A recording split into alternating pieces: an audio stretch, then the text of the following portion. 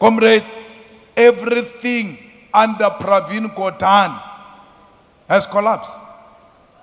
Everything under this government has collapsed.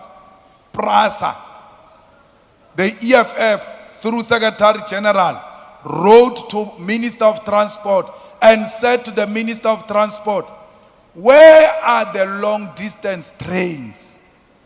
Especially now because we are going on holidays. We need a train from Johannesburg to Cape Town, to East London, to Musina, to Durban.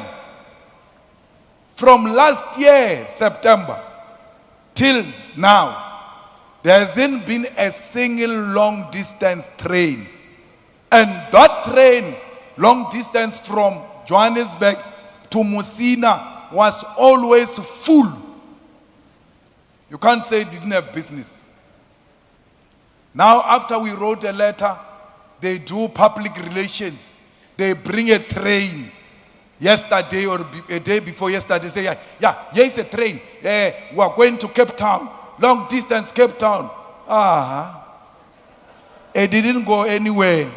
The next thing, the train is stuck. Send buses, the train is stuck. Million to rent these locomotives. 10 million. Then they take 6 and put it aside. Then they don't make the 10 million back. They make 4 million. And then when they go to Scopa, they say we spend 10 million to hire locomotives. And they just gave us 4 million. Can you see this thing is wasting money? Which is not true. They packed the other ones so that the money cannot come back. And then they say PRASA is not working so that they can privatize it and give it to their friends. So you must make it like it is dysfunctional. If you want to privatize it, make it like it's dysfunctional. It's not profitable. Then privatize it. And the EFF and all parties in scope are going to say, no, this is a waste of money. This is a waste of money. But when you go to investigate, why are these trains not making money? No, they packed the other ones. Because impression must be there is no business in passenger rail. And those are our people who go to Eastern Cape. They've left Eastern Cape to Johannesburg to go and look for work. They've been zamming the whole year. The little resources they have, they're like, no, let me buy a ticket of the train and save some of this money so that I can go and feed the children. When they arrive, there are no trains. You have to pay for buses which are expensive and not safe.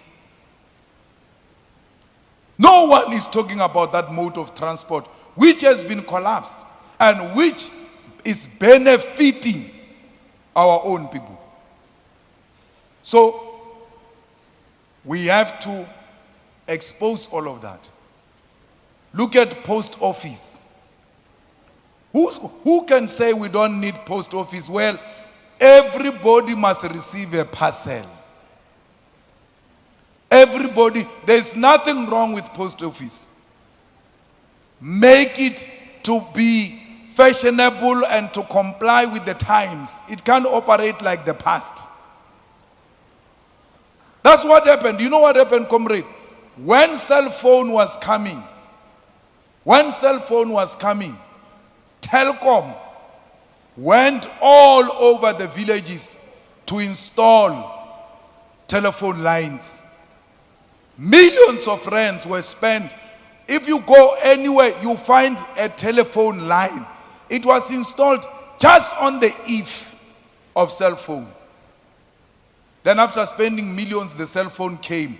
No one wanted a telephone.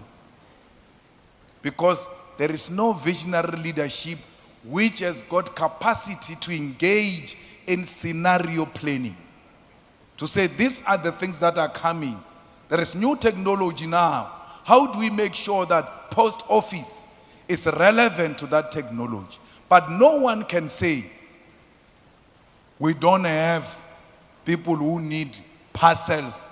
Therefore, post office must close. Especially now, with online shopping. Why does Uber Eats survive and post office can't survive? It's because Uber Eats is technology. I'm in the village, I'm buying shoes from Johannesburg. The simplest address, post office. Why is it post office? Everywhere in South Africa there is post office. Online shopping can never replace post office.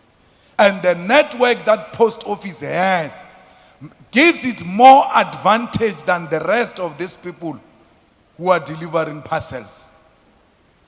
Way better than them. It needs leadership with vision. What happened? 6,000 people are going to lose jobs because they brought a business rescue on post office. The ANC said it's going to create jobs. In reality, the ANC is destroying jobs in South Africa. So, comrades, when we open the year next year, we must open the year with the full mass action demanding that Pravin must fall as a minister of public enterprise, because Pravin is the one who messed up this country, and Pravin must single-handedly take responsibility for collapsing all the state-owned enterprises. What happened to our mighty Transnet? What happened to Denel? What happened to SAA that we used to be proud of? Pravin says it's a state capture. We listened to that nonsense at the beginning, but it is now 5 years. You were in leadership. When you said elect us, we will fight state capture. You didn't say elect us, we'll fight state capture after 10 years. You only asked for 5 years. In 5 years' time, you are still complaining about state capture. The problem is not state capture. The problem is lack of leadership. Pravin is overrated. And this criminal here, Johan Rupert, if he loves this country and he wants this country to function, he must remove Pravin. Because Pravin is put there by Johan Rupert. It's not Cyril. Cyril has got no power. He's a puppet. The real president is in Stellenbosch there. He's the one that threatened to collapse the economy of South Africa if Zuma doesn't reinstate Pravin. This one here. And it happened. Pravin came back. And he came back more powerful to come and destroy what is left of our state.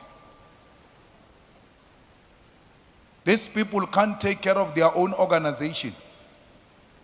The ANC is being liquidated.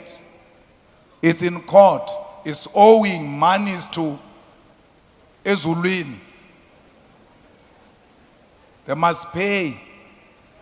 But they don't have capacity to run their own internal affairs. How can they run the state if they can't run their own internal affairs? 104 million or something. And we're told Ramaphosa is a multi-billionaire. He can't rescue his own organization. Comrades, this debt of the ANC is going to be a debt of South Africa if we don't remove the ANC come 2024.